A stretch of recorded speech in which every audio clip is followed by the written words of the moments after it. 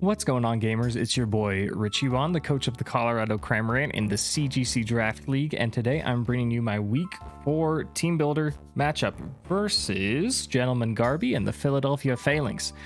Garby's draft was like a pretty much strictly uninhibited Trick Room team, which is pretty wild, with additional really good Tailwind mode coming from Murkrow, arguably one of the better supports in the format. Not even Tailwind. It gets like Haze, it gets Perish Song, it gets Quash, but we haven't even gotten there yet. First, let's just go over his draft, and we'll talk about Murkrow when we get there. His first pick was Cresselia. You see Cresselia, and you're like, they're going for Trick Room. And Garby's thing, like we've team built a lot together, and he's a little bit of a Trick Room aficionado, so it's no surprise he went for Cress here. And again, even outside Trick Room, Cress is like really good. Like it's a great Trick Room setter because it's insanely bulky, and with Eviolite not in the format, it's like even better because it's truly the most bulky Trick Room setter, I think. It's gotta be. Look at those stats. It's insane. It doesn't deal that much damage, but it doesn't really need to. And it gets high base power moves like Psychic and Psyshock and Moonblast. This thing's a bit of a menace. It's a bit of a menace. It's a really good support piece. It's super bulky. You got Hariyama. Hariyama, speaking of a menace, is like the ultimate offensive Trick Room piece in Brilliant Diamond Shining Pearl. That HP is so dumb. At level 50, I mean, he's not going to max it out, but like that's crazy. The defenses are low, but the HP makes up for it. The attack is great on top of Guts, on top of Flame Orb, on top of you can run Facade and Close Combat and like Poison Jab for fairies, and like you're done. That's it. Like that's all you need to. You could even run like Drain Punch, right? You get Drain Punch. Oh, he doesn't get Drain Punch. Weird. You run Close Combat or something, like you're fine. This thing's crazy. It's crazy. Rhyperior was a little bit of a snipe from me.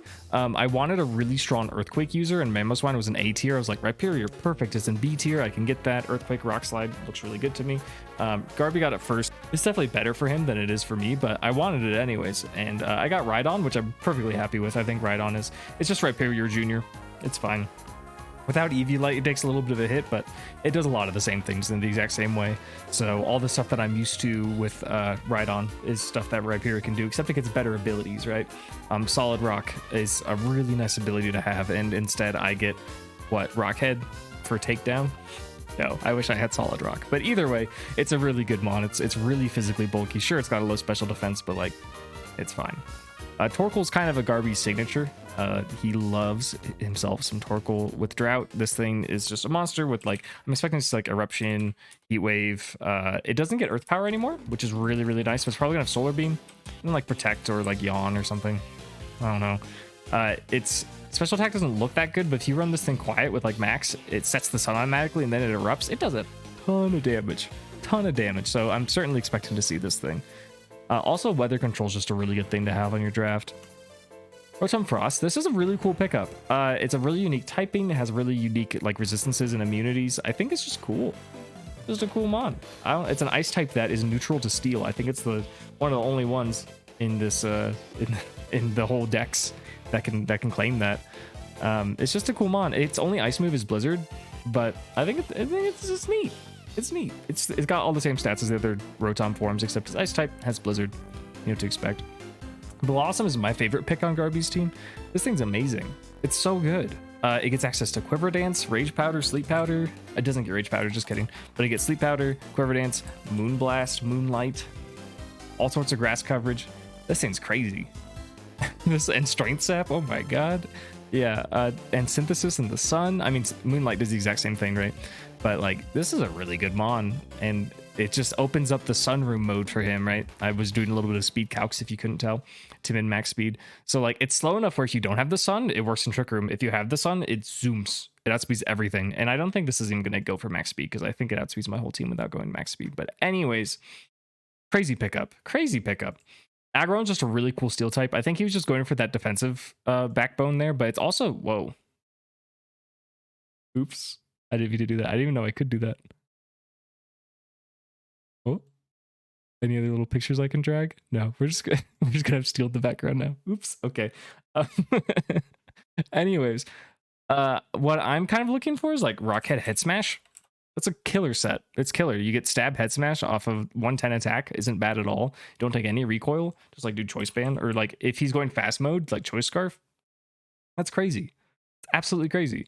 It gets wild special coverage, but you would never use its special moves. But like, I don't know. if you really wanted to be something like really spicy, but its physical coverage is pretty good too. You could even run like heavy slam with heavy metal. Does it get heavy slam?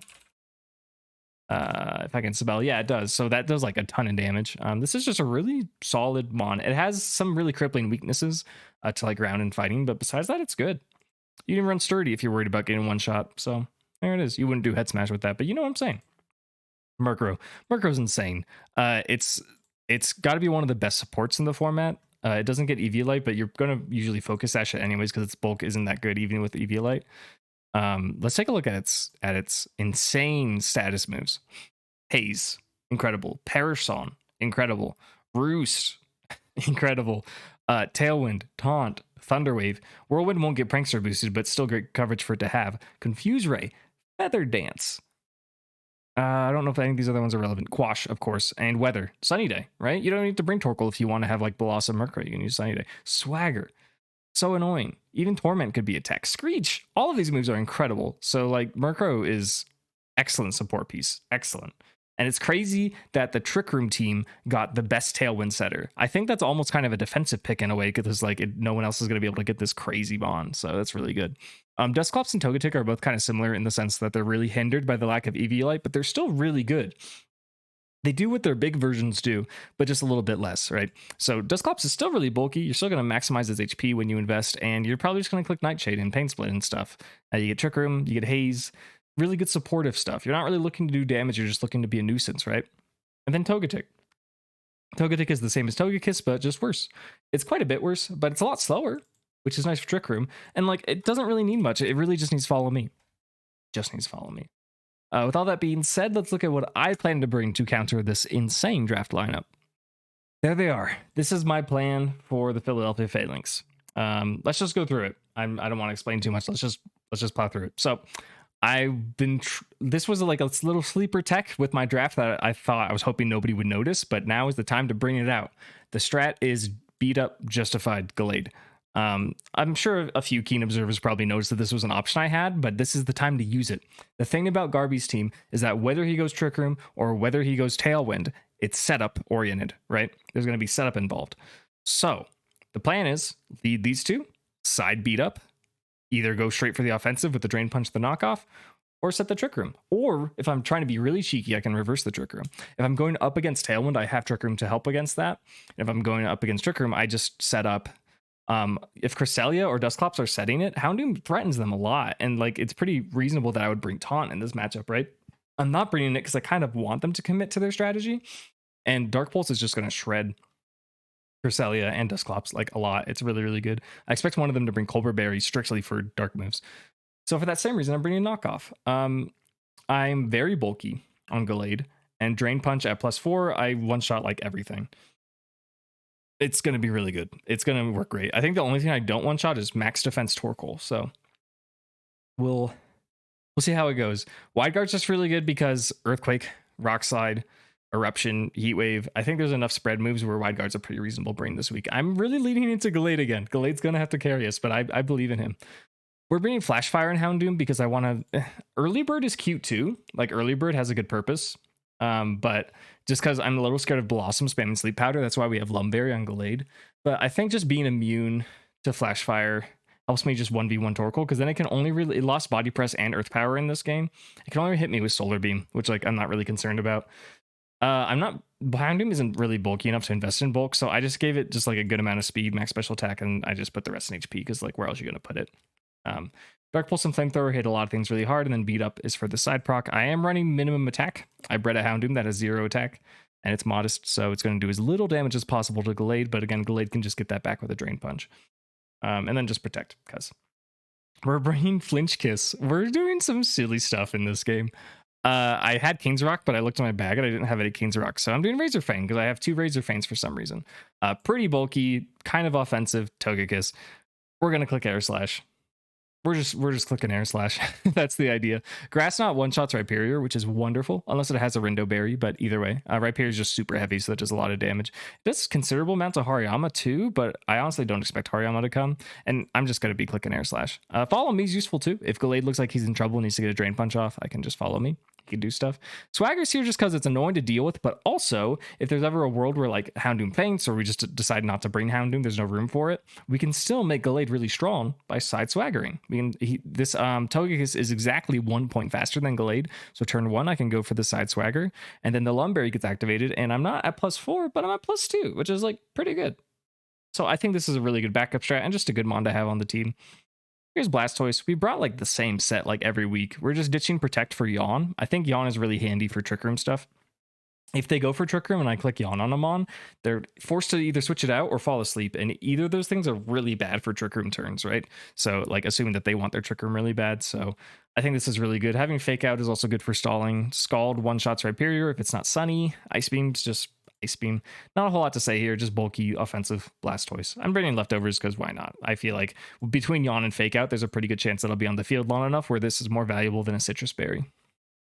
Iron Ball Rhydon. So Rhydon is just as fast as Rhyperior, but the way that I see it is, it's like my anti-Trick Room mode because it underspeeds everything on Garby's team with the Iron Ball, including Torkoal, and it does a ton of damage to them with Drill Run, Rock Slide, whole bunch of attack. Really good special defense because I want to be living. It's like a switch in for Torkoal, so I need it to take as little damage as possible.